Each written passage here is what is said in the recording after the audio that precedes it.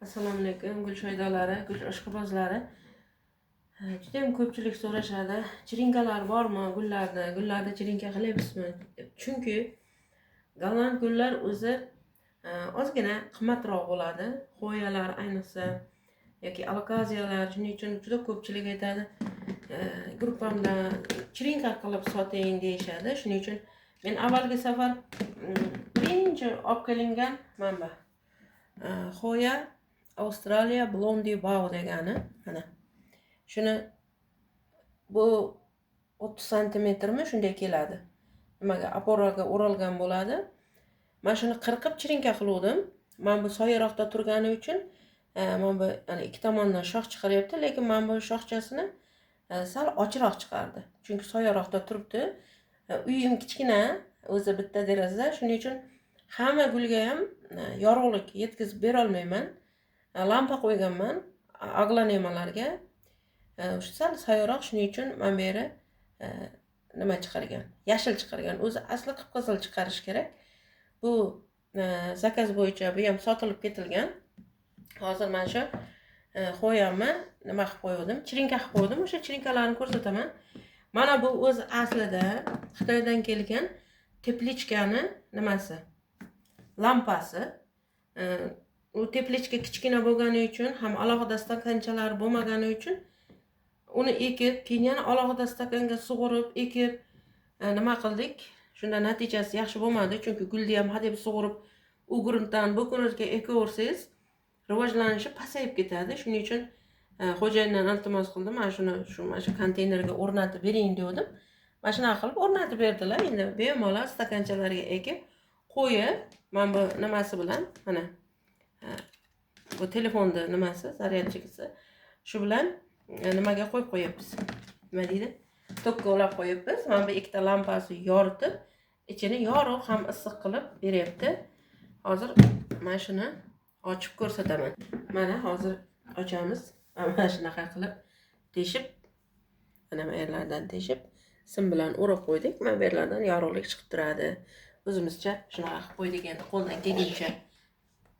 Endi chirinkalarni ko'rsatib o'taman. Mana shu lampa borligini uchun ham chirinkalar yaxshi bo'lgan. Mana ko'ryapsizlarmi? Mana sal qayrilib qolibdi. Shunaqangi chiroyli bo'lib shoxlar chiqargan. Mana o'zi ikkita shoxchasini kesib, mana ikkita shoxchasidan bo'g'im kesib qo'yib qo'yganman.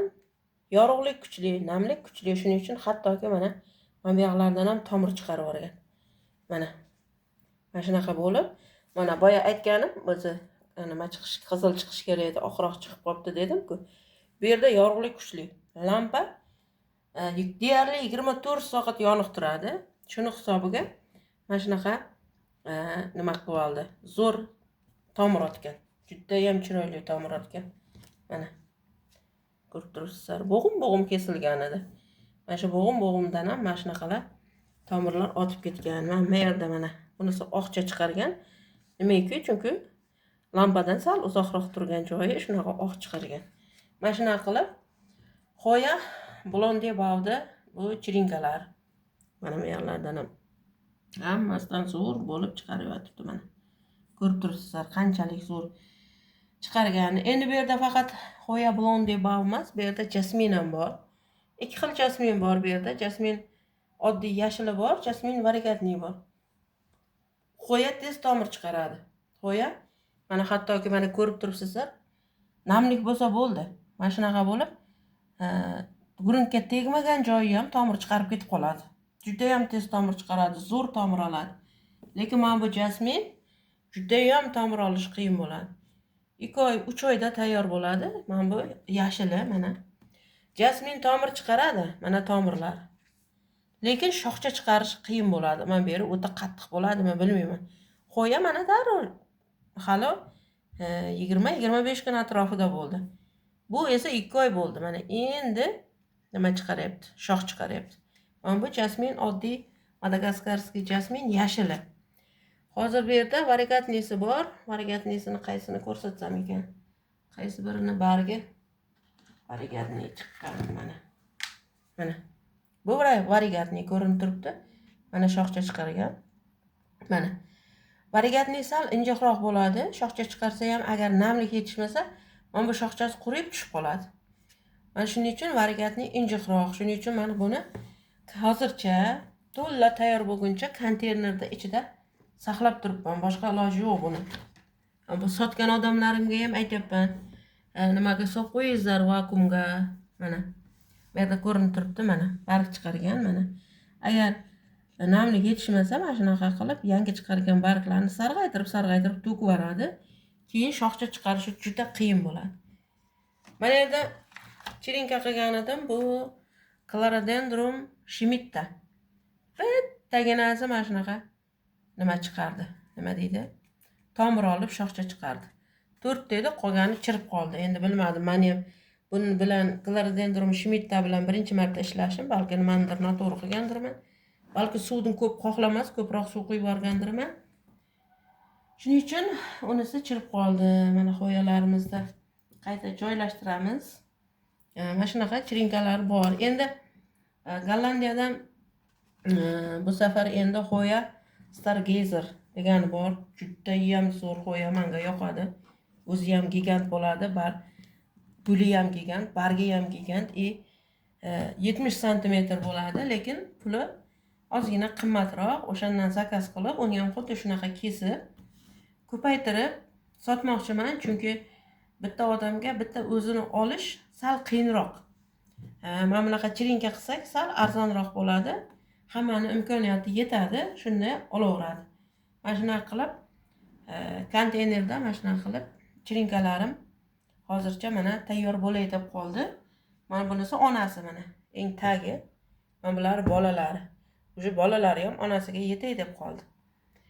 Keyin mana bu Pink Dragon. Bu detga emas, bu kattagina Pink Dragon Golland sort 8 ta kelgan edi. Mana barglari issiqqa kirgandan keyin mana shunaqa bo'lib qoldi, bir ikkita barglari. Barg mana shunaqa bo'lib qoldi, bir ikkita. Mana bu barglari yaxshi turibdi. O'zi alokaziyalar tabiatan injiqroq bo'ladi. Mana gruntda o'smaydi. Nima uchun gruntda o'smaydi deyman? Chunki alokaziyaga suvni ko'p qo'yib yuborsangiz, tomiri chirib ketib qoladi. Suvni kam quysangiz, tomiri qurib ketadi, keyin mana bu barglari dog'lar hosil bo'lib, bargi sarg'ayib, bargini tashlab yuboradi. Ko'p suv quysangiz, tomirini tashlab yuboradi, kam suv quysangiz, bargini tashlab yuboradi. Suvni normasini ushlab turishning eng yaxshi yo'li filtr qilish. Mana alokaziyani filtr qildim. 3 ta alokaziyani filtr qildim. O'zi bular sotuvda edi. Mana shu barglari bilan sotib olgim kelmadi, olgan odam ham og'rinmasin deb. Mana shunday qilib ingichka ip tashladim. Bu to'quvda ishlatiladigan ip, mana. Ingichka ip, tagiga asmakot solib qo'yganman. Endi juda ko'pchilik so'raydi, filtr alokaziyani filtri qanday bo'ladi? Mana hozir aytib o'tib ketaman. 1 stakan lechuza, 1 stakan ceramis, 1 stakan perlit, yarim stakan kokosviy to'f. Hammasini aralashtirasizlar. Agar bo'lsa ozgina ugl aralashtirib yuborsalaringiz bo'ladi. Menda ugl yo'q edi. Aralashtirib, mana shunaqa kichkina tor stakanchalarga, iloji boricha kichkinaroq idishga tomiri sig'sa bo'ldi. Mana shunday qilib filtr qilib ekasizlar. Filtrda ipini mana shunaqa to'quvda ishlatiladigan ipdan foydalansalaringiz yoki uylaringizda boshqa bir mashinaga o'xshagan ip bo'lsa, shundan foydalansalaringiz bo'ladi. Filtrda ipini juda katta, yo'g'on va nima deymi, o'zimizda tilda xiba iplar qo'yish kerak emas, sintetika bo'lish kerak. Agar ipni yo'g'on qo'yib yuborsangiz, suvni shimib oladi-da, keyin baribir ham tomirda chirish paydo bo'lib qoladi. Mana juda ko'pchilik so'raydi, alokaziyam bitta barg bo'ldi, bitta barg chiqarib, bitta tashlayapti. Bitta barg chiqaradi, bitta tashlaydi. Nima qiling? Filtr qiling. Alokaziyani filtrsiz o'stirib bo'lmaydi, filtrsiz qutqarib bo'lmaydi. Shuning uchun filtr qilish kerak. Endi bu alokaziyalarga filtr bo'lgani uchun har 15 kunda, yozda 10 kunda ozuqa berib turaman. Men bu suvni o'rniga ozuqa qanday beriladi deydi juda ko'pchilik. Suvni o'rniga ozuqali suv solib qo'yaman. Asosan tomirni rivojlantiruvchi ozuqalar beraman. Biogomis bersangiz bo'ladi, Kemirelux, uyingizda nima ozuqa bersangiz bo'laveradi. bo'lsa o'shandan bersangiz bo'laveradi. Mana hozircha osmakot solib qo'yganman. Ekkanimga 2 kun bo'ldi. Endi buni 10 kunlardan keyin monokaliy fosfat yoki MPK 13-40-13 qilib tomirni rivojlantiruvchi ozuqa beraman. Mana shunday qilib alokaziyalarni chiroyli holatga keltiramiz. Mana shunday bo'lsa, alokaziya o'zi bu Pink Dragon sorti, bu gigant sort. Bu hali ham bu kichkina, hali nima deydi, balacha desa ham bo'ladi. Buni juda katta bo'lib ketadigan sort. Mana shunaqa alokaziyalar fitil qilib qo'ydim. Mana bu esa chirinkalarimiz. Yana Gollandiyadan xoyalarimiz kelsa, o'sha bitta xoya Stargazer'ni chirinka qilamiz. Chunki Gollandiyadan kelayotgan xoyalar o'zi 2,5 cm, 5 cm bo'ladi. Faqat blondilar, Avstraliya blondi, Avstraliya Liza hamda Avstraliya 30 cm keladi, kattagina keladi.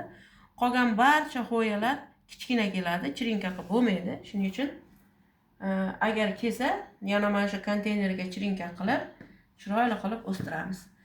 Kimga golland gullar kerak bo'lsa, golland xoyalar, aglonemalarni chiroyli turlarini izlayotgan bo'lsa yoki gul o'stirishda qiynalayotgan bo'lsa, meni Yashil burchak Telegram gruppam bor. O'sha gruppamga qo'shilib olsalaringiz, pastda fikrlarda havolasini qoldiraman. O'sha yerdan qo'shilib olsalaringiz Telegram gruppamda savollaringizga qo'limdan kelgancha yordam berishga harakat qilaman.